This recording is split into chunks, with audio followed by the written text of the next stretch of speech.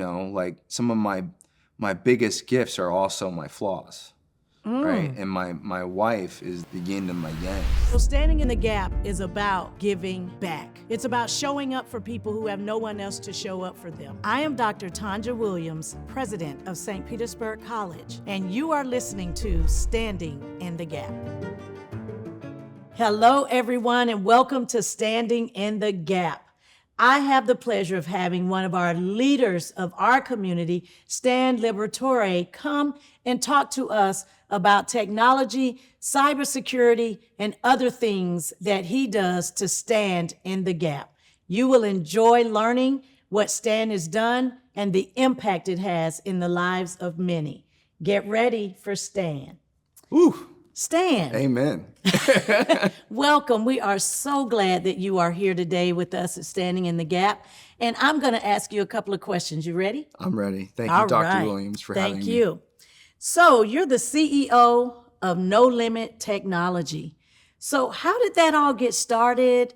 What made you get into cybersecurity and technology and helping folks get jobs in those areas? What is No Limit Technology all about? Well, I've probably been in tech services for about 18 plus years now, and started my career off as a researcher for a company called K-Force a long time ago. K-Force. Yeah. And it was kind of in my blood, really. I was always going to be destined to be in this industry, but had a number of positions throughout my career working for, bigger firms. And at the end of the day, I just found that it would probably be a lot easier running my own firm after seeing, just some of the work that I was putting in and the output of that work. And I always found myself, I was always that kid growing up that always just found myself dealing with authoritative issues. And when I could see things being done either faster or there was a better process to attain a goal, or if there was a corner that could be cut, I would always try and do that and streamline. I also have a PMP, and I'm kind of a process guy, so maximizing efficiency. Right. So that was all. And when you work for a big company or a big corporation, you deal with a lot of red tape and bureaucracy and all these things. So I never thought I was going to survive in a corporate type environment. So what kind of courage did it take for you when you finally said, you know what, Stan, I can go do this better, faster. I can make this happen. What did it take for you to finally take that leap? I mean, because that takes courage to say, I've worked for K-Force and all these big companies. I've seen the inside. I know, the work, but I'm also creative and innovative, and I can find new ways to do it. What kind of grit did that take for you to? That's kind of a lot That's of courage. That's a great question, Dr. There. Williams. I think it happened way before it actually happened, to be honest. It was like a manifestation for about a year.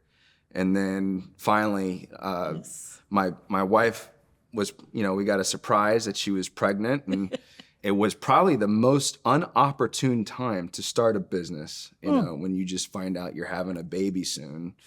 And my wife was going nuts about me venturing off and starting my own firm, and it was a struggle. There were months that I went without paychecks. I was actually just talking about it this morning with one of our sales guys.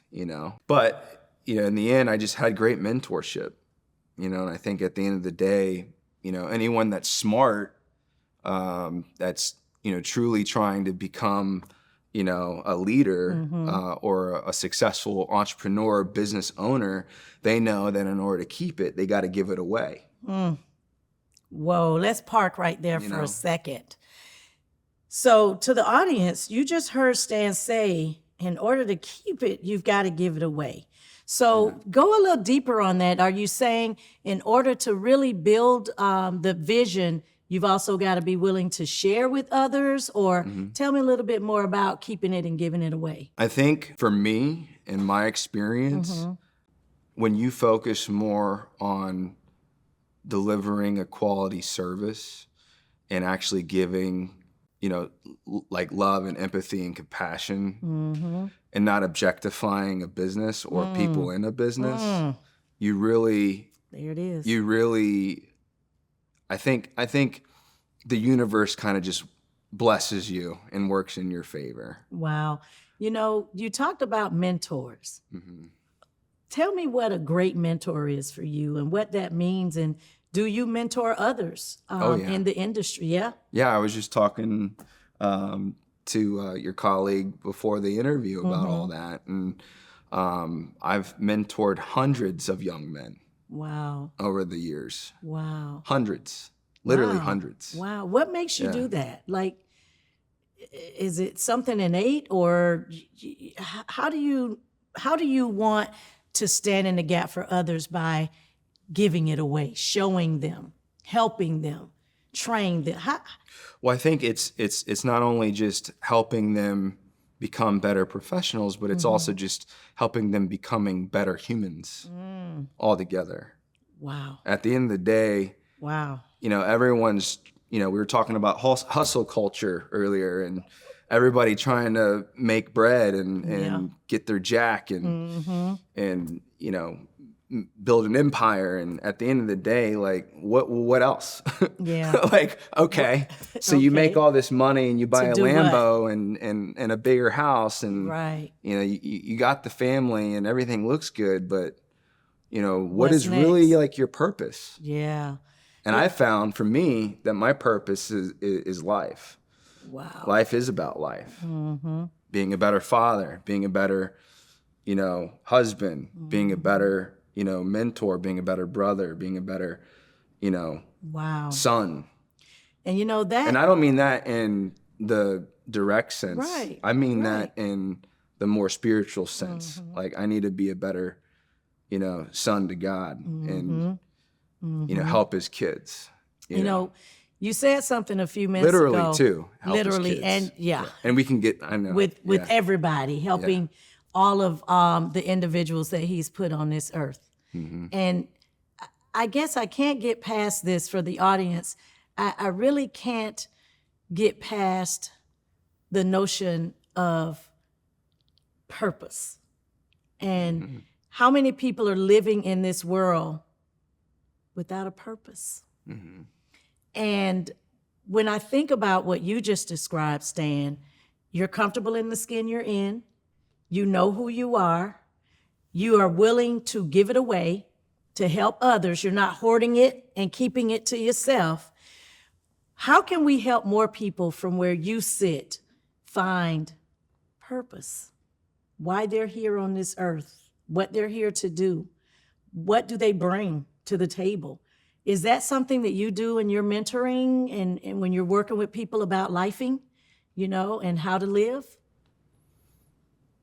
with purpose? I think at the end of the day, everyone does have like a single purpose.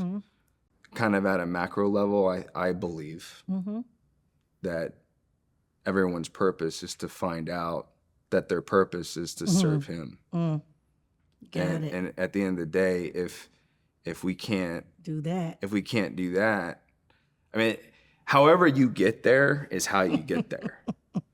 But it's a lot harder. Like, I'm a man of faith. I think you've already picked up on that a while ago. And I was also, speaking with one of your colleagues earlier about this, and because she noticed, the tat, and I wear it on my sleeve now. Like, before, in the world of polarization and what's taboo and what's cool and what's not, I've always felt that I needed to hide my faith. Now I just don't care. I'm because I feel the power, and it doesn't matter how much money someone makes. I met guys that have hundreds of millions of dollars. I've met investors that have everything that you could possibly imagine. Wow. I've even mentored some. Go figure, right? I definitely don't have hundreds of millions of dollars. I don't know. I need to check that bank account. But at the end of the day, are they truly happy? And do they feel the answer is no. Yeah. Like, do they truly feel fulfillment. Well, And that's something that I'm after and I want to keep. You said a mouthful. I mean, literally. And I think that knowing that everyone has a purpose, but not everyone knows they have a purpose. And they may not know what the purpose is, depending on how they were raised and what they were granted and given. Knowing that you're saying, hey, I mentor, I will give it away. I will help people and move forward. That's a part of my passion behind my purpose. But you have another passion too. Yeah, but we're all unique in this sense. I know at the end of the day, when I remember that, I know it's very vague, but everyone has like a special power, I feel.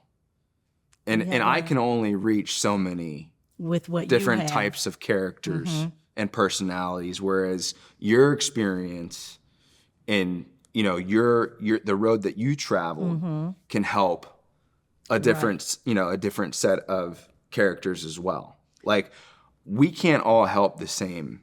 Does that make sense? We can't help the same people or in the same way. Exactly. Like, that's what I meant to say. We all have our own strengths. Correct. And we have our own gifts. Yeah. And we have our lanes. Yes. Okay. Now, if you ask me to step into the cybersecurity lane, you in trouble. Okay, because that's not going to work. If you ask me to step over in education, community, and caring, that's me. That's my lane. Your jam. That's my jam. Yeah. That's where I belong. I think for me, Stan, I'm just seeing from where I sit, too many people who don't know what their lane is. Too many people who haven't been comfortable in what their gift, what their strengths. Maybe they've grown up in a situation where they've been told you're no good. You have no gifts and no strength. And that's the purpose. That's part of finding the purpose. Right. That's the whole piece. That's the whole piece. Yeah. Finding the purpose and helping them find the purpose. Yep. And I think because everyone's trying to be someone else. Go ahead. Say that for the audience. That's another problem. Say that again. Everyone's trying to be something that they're not. That's or correct. someone else. That's correct. Because of everything that's, on the Instagram and the social, and I feel like everyone's just so confused.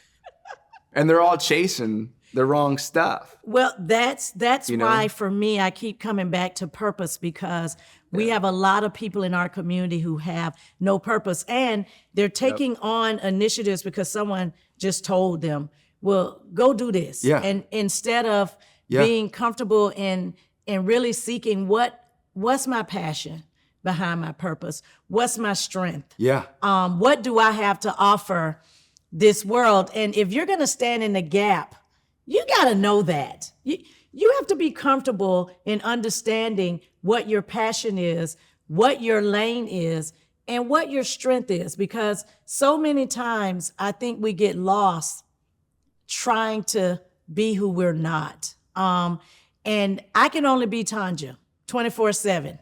You can give me a title as president, but at the end of the day, I'm Tonjua. At the end of the day, you're Stan. Amen. Yeah. Okay? You have no limit. You have no limit, right? How about that?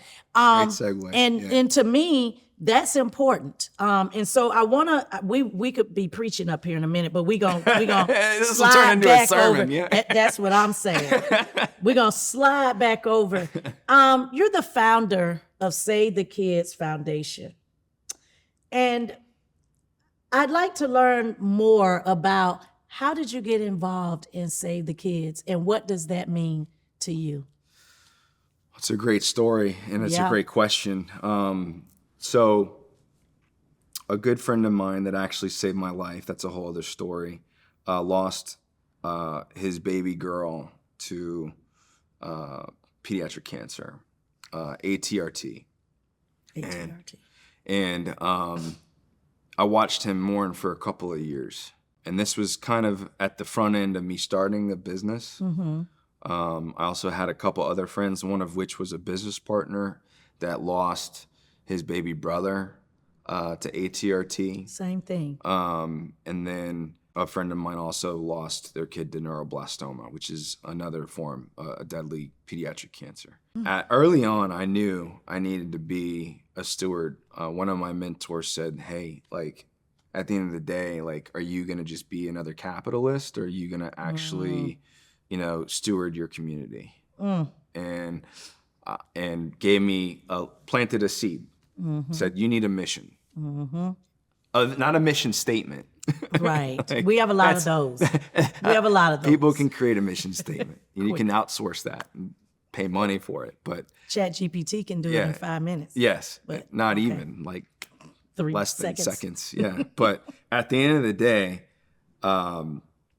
me and my business partner had this grand idea after creating a tech conference known as Disrupt the Bay now. It wasn't then, but we had a tech conference because we really wanted to capitalize on kind of bolstering the tech talent pipeline in the Tampa, St. Petersburg, Tri-County area. So we were like, well, let's start these conferences, and it was a matter of me bringing together a number of meetups that I was administering, and also with his ecosystem and my ecosystem, and just getting plugged into other Tampa tech ecosystems around the Bay Area. We were like, well, let's start this conference. And then we made this money. And I was like, well, where do we give this money? We're not in events. We're not trying to make money off of events. We make money off of tech staffing. Right. So they were like, well, let's start, Save the Kids, which was a 501c. Wow. It was, that as you can imagine, takes a minute to attain. Get it, yeah. But, Disrupt the Bay, it was a DBA of Save the Kids, and now Save the Kids has turned into this big foundation where, we have, hundreds of thousands of dollars worth of proceeds that we, divvy out at the end of every year, 2 of which our main legacy, like benefactors, are BCC, organizations called BCC and Hope for ATRT.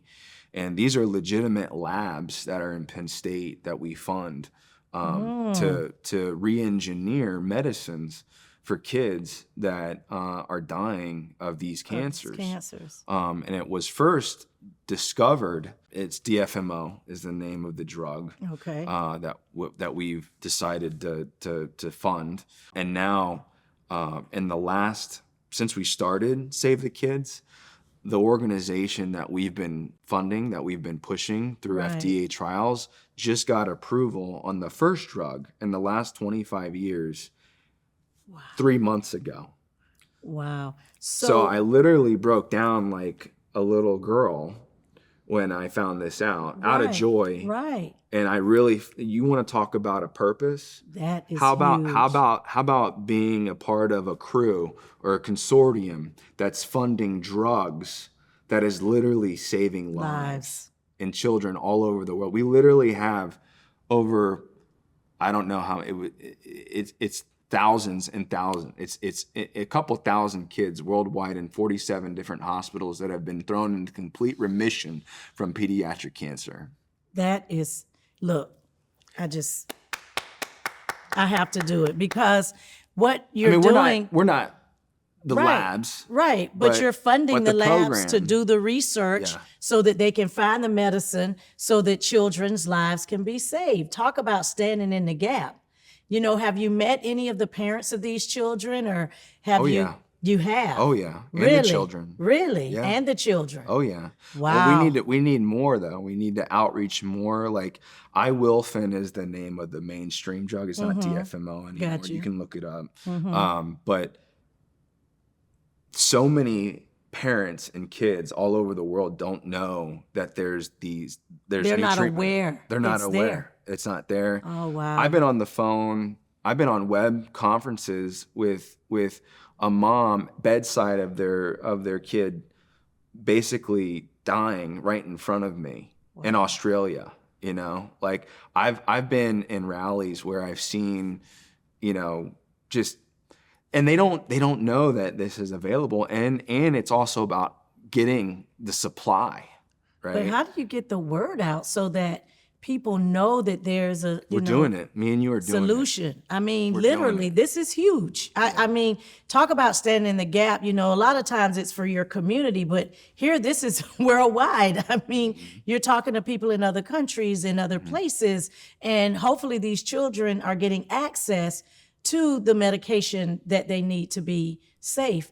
So I guess for me, since this is such a huge thing that you're doing, standing in the gap, is actually how do we make sure that people know that this is available to help them, to help their children?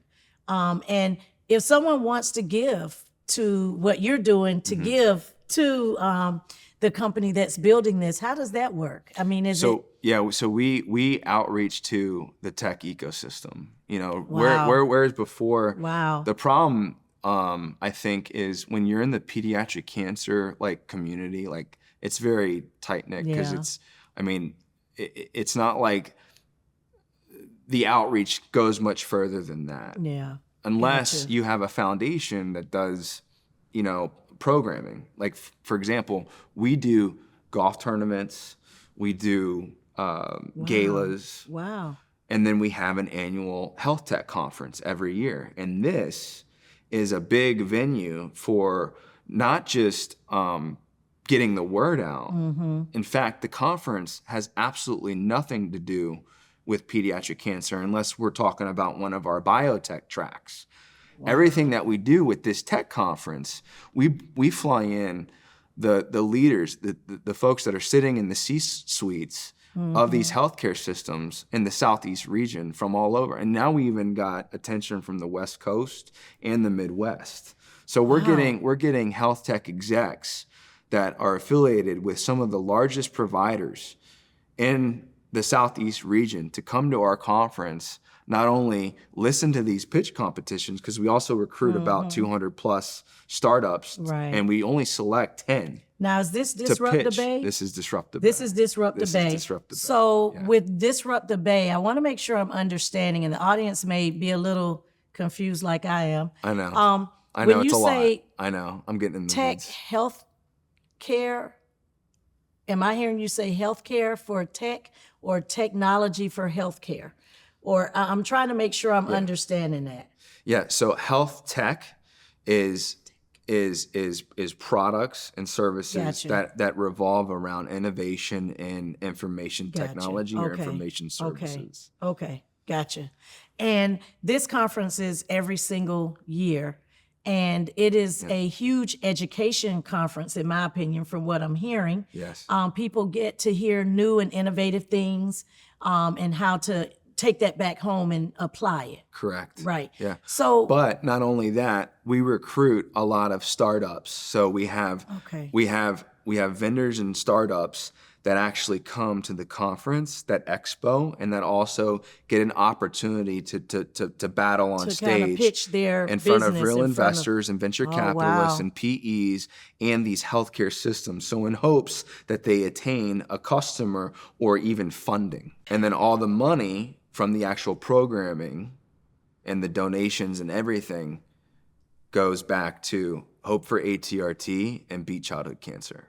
You know, Stan, this is so good because it sounds like it's right along or highly aligned with what Mackenzie Scott has been talking about and making sure that people get the training that they need. It's dealing with healthcare, the children who are struggling with cancer, and all mixing in high tech work all in one. I've never seen it braided the way you have it braided, all coming together. Wow, thank you. And so I'm just very proud of the work that you guys are doing and looking forward to Disrupt the Bay. Yeah. Being a part of St. Pete College in some way, whether it's located on the campus or not, that we have some of our students come and pitch some of their entrepreneurial things. That would be great. And showing what we're doing here, especially with biotech and our med tech programs that we offer right here, and our desire to build that manufacturing hub down in,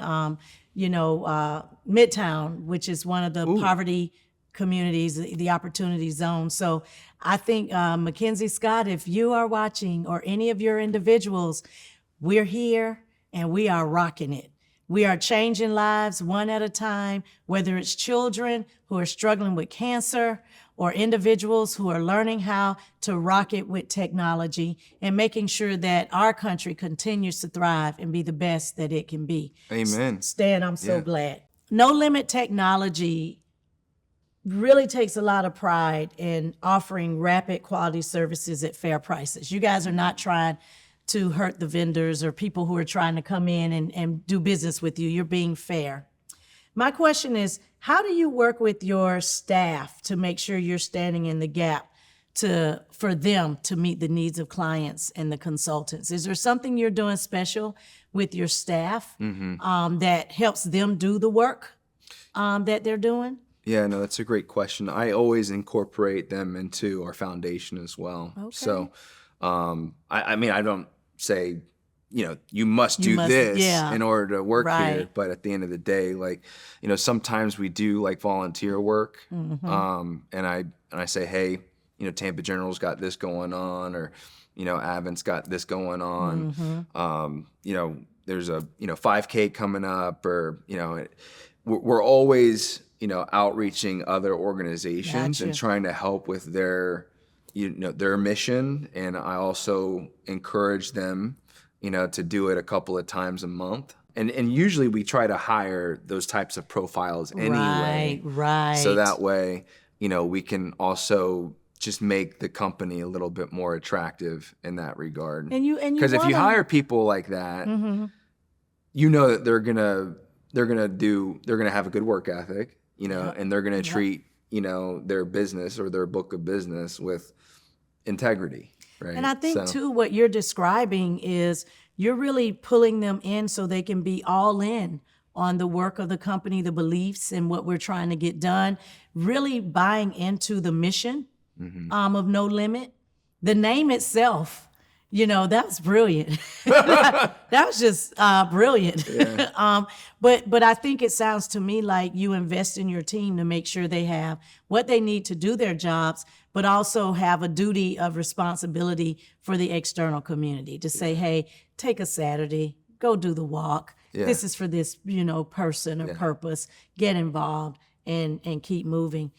Are there times, Stan, when you kind of felt alone, lonely, or like, they talk about it's, kind of lonely at the top, because this is your company with your partner. You make the final decisions. I mean, it's one thing when you work for an organization and you can run to your boss and say what to do, but now this is your organization and people are running to you saying, what do we do? And you have to make those tough decisions. So are there any times when you feel like, man, I'm kind of feeling by myself on this one? I did, but I think as my relationship with God and my wife have grown stronger, like they say, behind every strong man, there's an even stronger woman. All right. So put that in there. I have to really I can't take all the credit, and I've had really great mentors before me. A couple of them have died on me recently, so that was really rough. Like the last couple of years, I had two really, really close mentors of mine die. One, we still don't know how he died. He just fell asleep and didn't wake up. Woke up. And then the other one died of COVID right after he beat cancer. And I still I miss him so much because he was just so loving and, also just didn't give an F about what the world thought. And he was just him and just beyond authentic. And I want to be like that. I want to be authentic. I've worked really hard to try and find my purpose and really just be me. And I think, like we were saying earlier, it's really difficult for a lot of people to find that. And I don't want anyone to be like me, and I don't want to be like anyone. Right. I think everyone should be them. All of us are different, and we all have different, talents and things of that nature. And I think, for the audience, you just heard Stan talk about being unapologetically himself and saying, I'm Stan the man, and this is the life I lead. And I think when you're thinking about standing in the gap, there has to be a passion behind your purpose as to which gap you should be standing in, but also being unapologetically, authentically yourself, because no one can be you better than you, period, hands down. And it's easier to be your best you when you're you and not trying to be some other person. And so Stan just shared that, it probably in a much more eloquent way, but being really unapologetically, intentionally yourself is going to be important when you're standing in the gap for others. Would you agree to that? Absolutely, 100%. So tell me, you were a MMA fighter and a wrestling coach. Now, okay, you definitely gotta spill the tea on that. So tell me about a time when your role as an MMA fighter and wrestling coach helped you stand in the gap for young athletes, helping them with their development both on and off the mat. Wow, that's a great question. Well, I mean, I think even still to this day, like, I have kids that have come into the gym or have come to the club, and I've helped them kind of, just overcome like their own like selves. I mean, including my kids, I think first and foremost, I need to always try and be a father, and it's really hard to separate father and coach sometimes. I know that's right. So, especially when you have other, kids kind of looking after you or looking to you as a coach or mentor. And I think that just because I do the work that I think before I was always about the business and the foundation and always just being that guy. I was also talking to another one of your colleagues earlier about the polarization. And I mean, I haven't done something like this in a couple of years. Wow. Because I'd said, I'm going to go in stealth mode. I'm going to just focus on, business and things that are really important, not necessarily in that order, but it was wife, kids, and business. That was it. You know what I mean? And God. Or actually God. Yeah. God's first, right? God's first. Wife, kids, business. My priorities were a little mixed up before that. But ever since that I started doing that, we had the best year we've ever had since I started the business last year. We grew 115%. What? We grew 115%. That is amazing. Because we were focused and I readjusted my priorities as a human. Wow. And before, I also hung up the gloves because before I was still trying to still be in the ring and train, and it was very taxing because I'm working a business, and before that I was building a product too. So I'm building a product, working a services, CEOing a servicing company, running a foundation, and also at night training for MMA fights, cage fights. So it was very rough on my wife raising 3 boys on her own, and I didn't realize at the time, but my ego was in full flare, and Dr. Williams. Once your mind when is your made ego up, is there's not much room for anything else. So when I adjusted myself, I hung up the gloves. I said, I'm going to just focus on coaching.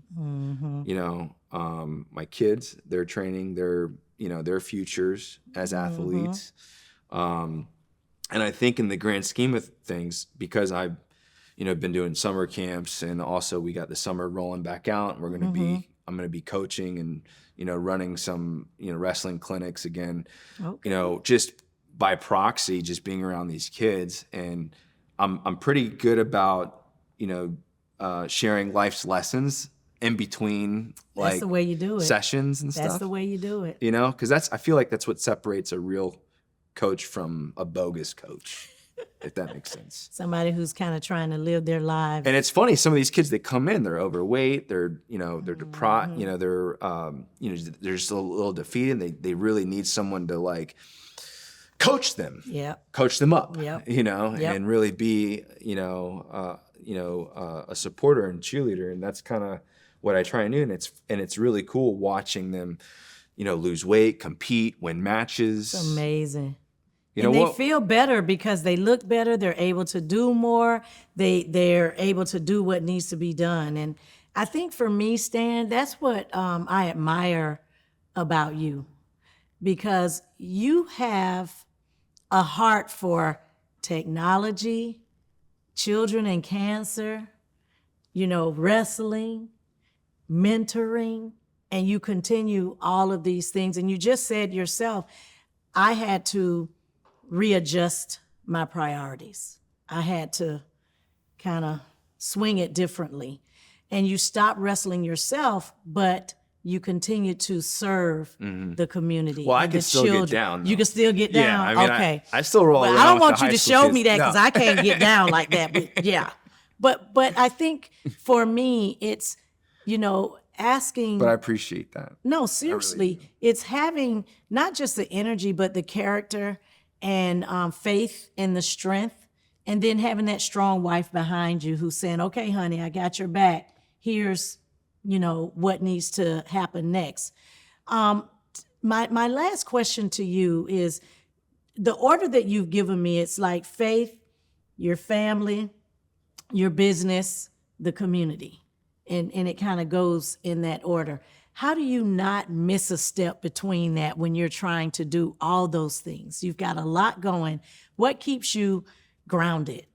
What helps you just, this is it. This is the North Star. This is what I'm here to do. It's right here. Wow. That's a great question. I know faith is big. I know faith is a big part of how you live your life and what you do in making your decisions. That we've talked about. I know that for a fact. What are, Well, my wife keeps me grounded. okay. I just told you I'm an egocentric maniac, right?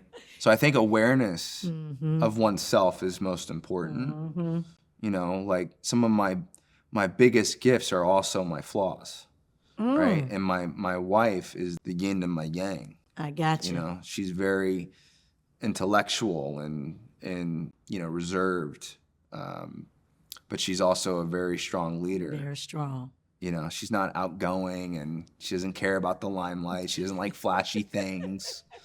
She's very simple and beautiful in her own way. Wow. Wow. And at the end of the day, I would say that she definitely is. I mean, if we're not talking about God, right, and we're not talking about faith, what keeps me grounded is Holly. Wow. My Holly girl. Well, I love Holly. I think she's amazing because she has helped you do some amazing things, not just for your family, but for the community, for the world, especially when we think about the Save the Kids Foundation. And on that note, I just want to thank Stan. And my kids, of course. We always love the kids. Yeah, and my kids. And the kids. Yeah. But I just want to thank Stan Liberatore for standing in the gap for our children who are struggling with unique cancer, for our community, our children who are learning how to wrestle, and for the technology movement, because he has definitely done that with disrupting the Bay. Everyone, have a great time. Stan, excellent job. Thank you, Dr. Williams. Thank you. Thank you, everyone.